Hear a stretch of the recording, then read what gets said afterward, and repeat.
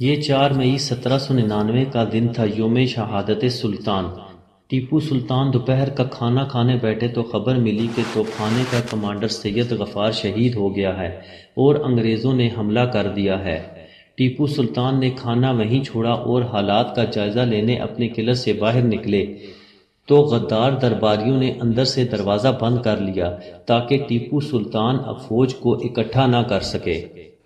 لہٰذا ٹیپو سلطان مٹھی بھر سپاہیوں کو لے کر میدان میں کود پڑے اور دلیری کے ساتھ بندوق کے ساتھ لڑتے رہے۔ مٹھی بھر سپاہی ہونے کی وجہ سے آہستہ آہستہ سب شہید ہونے لگے اور ٹیپو سلطان بھی گولیاں لگنے سے کافی زخمی ہو گئے۔ کسی کو خبر بھی نہ تھی کہ جو باہر قلعے کے دروازے پر لڑ رہا ہے وہ خود سلطان ٹیپو سلطان ہے۔ ٹیپو سلطان کی یہ حالت دیکھ کر ایک جوان بولا، آپ انگریزوں کو بتا دیجئے کہ آپ ٹیپو سلطان ہیں تو وہ انگریز آپ کے ساتھ ادب سے پیش آئیں گے۔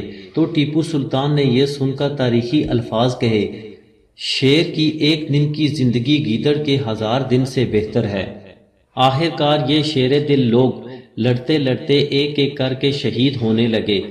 ٹیپو سلطان زمین پر گرے مگر کچھ سانسیں ابھی چل رہی تھیں۔